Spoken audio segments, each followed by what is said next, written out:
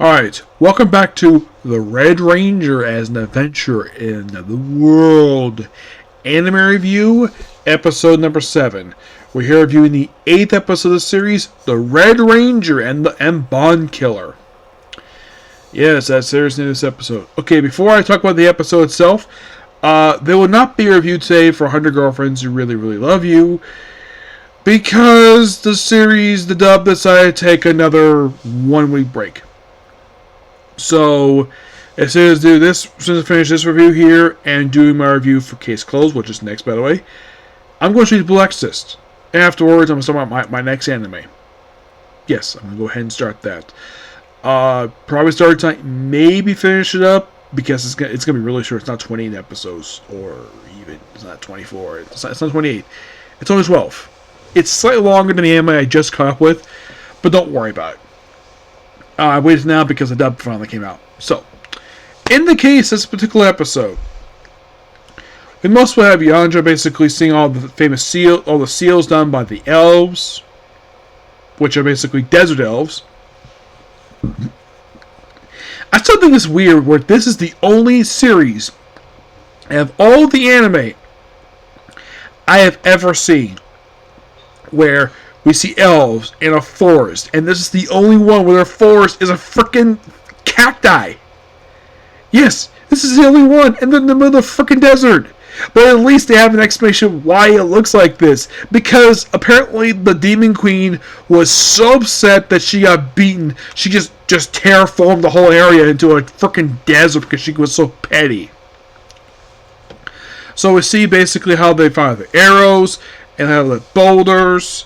Now, the one who's basically the voice of him, not voice, the one who basically with suit, she talks to Red, of course, called him the Legend Red Warrior, just call him Red.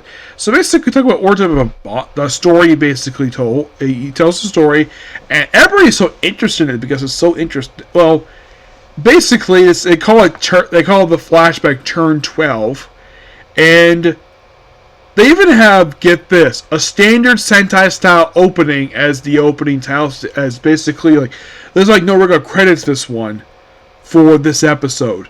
They basically swapped that out with a parody of the Sentai openings, like show who they are and their names. Not their actors. Oh no, not their actors. By the way, there's actually an Easter egg in this episode. There's a cameo by 2 actual Sentai characters in this episode. We'll get to that. So, after showing them off, basically Red goes a flashback to basically after his parents just died. So, that man named Daigo invites him to live in his home because his father was basically his best friend. He wanted to basically pay back him for being a friend of his. So he proceeds to have him live with him and kind of raise him as his own son. And over time, basically, like you attack from bullies, become very strong. Like, apparently the bullies, like, okay, so tie him up to a tree and whip him with whips, or nearly try to burn him with a stake. And, new bully beat up stuff. And over time, like, of course, he taught him how to play piano. He taught him to study. He was smart. At one point, he became student council president. Over time, it's shown that apparently he was jealous of Red's relationship with his father, his sister, and whatever else. So he makes of course, they do mention apparently like when they had one of these relationship elders when they attacked the school was the first time they were transformed in public into Red and beat the creature. So then he eventually became Bondkiller. Then eventually this thing called Bondkiller showed up, which actually is basically his best friend. His name is Kaziko, I think his name is. So fights him, and it turns after fighting him one time and running him later on, apparently he's being like, oh yeah, and eventually he says some stuff like, yeah, it was like, wow, that didn't take very long to find out he's actually Bondkiller.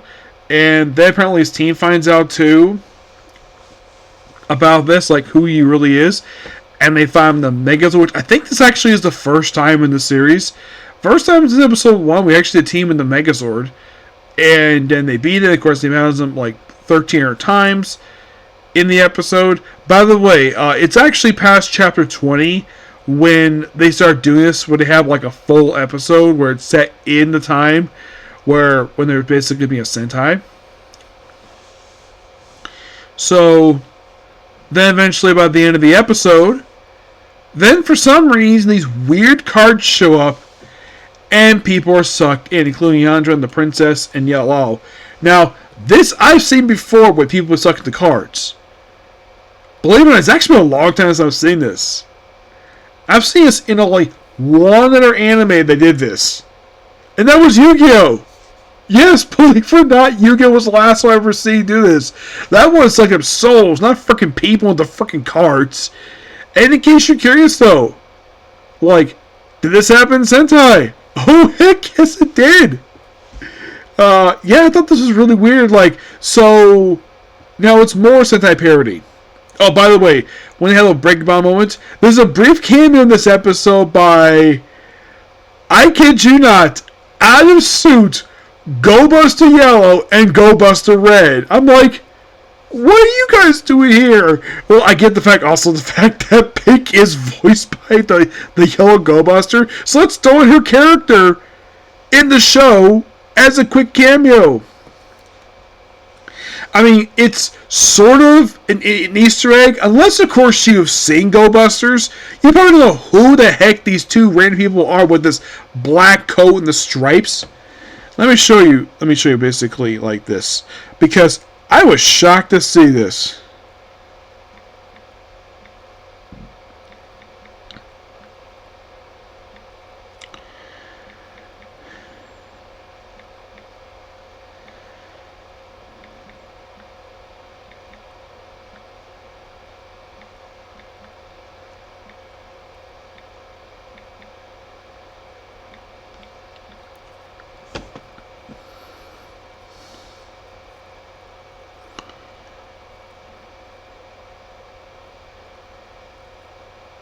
It was a scene where they were basically everyone's arguing.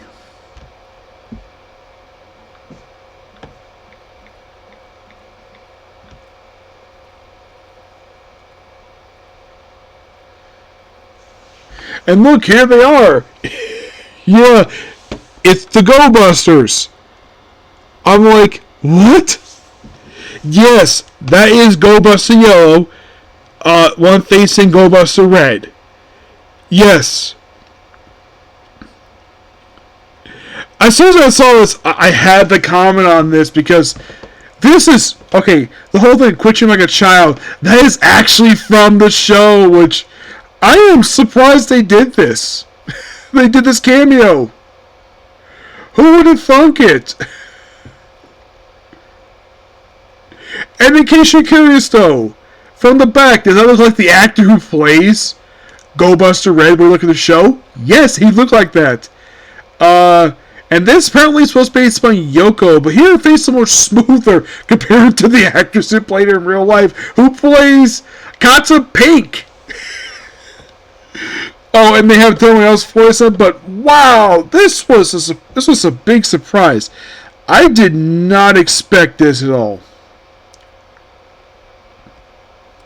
Oh look, also, there's even a camera here by the rabbit. Yes, it's the rabbit. Oh my gosh, this is so cool. The fact they had this quick cameo, like, I noticed it because I've seen Go Busters, and this is awesome. Yeah, like I said, this was completely unexpected.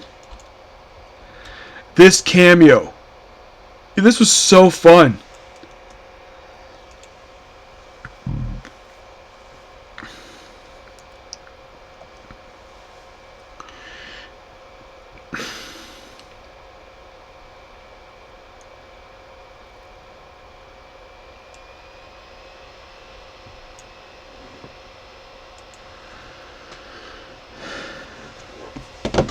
Because I thought this was so cool.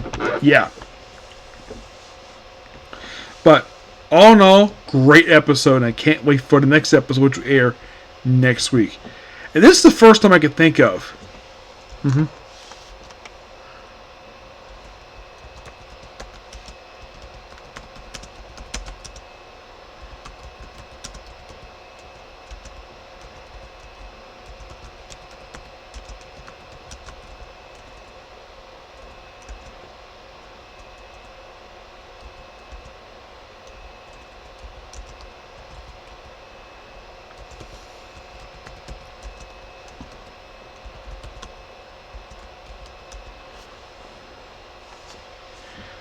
Yeah. Like I said, definitely looking forward to the next episode next week. Okay, so yeah, that's particularly a particular view. Please be sure to like, comment, subscribe, turn notifications, and jam this like button. Next up is Case Closed, and it's on to Blue X. Let's get next to you. Bye.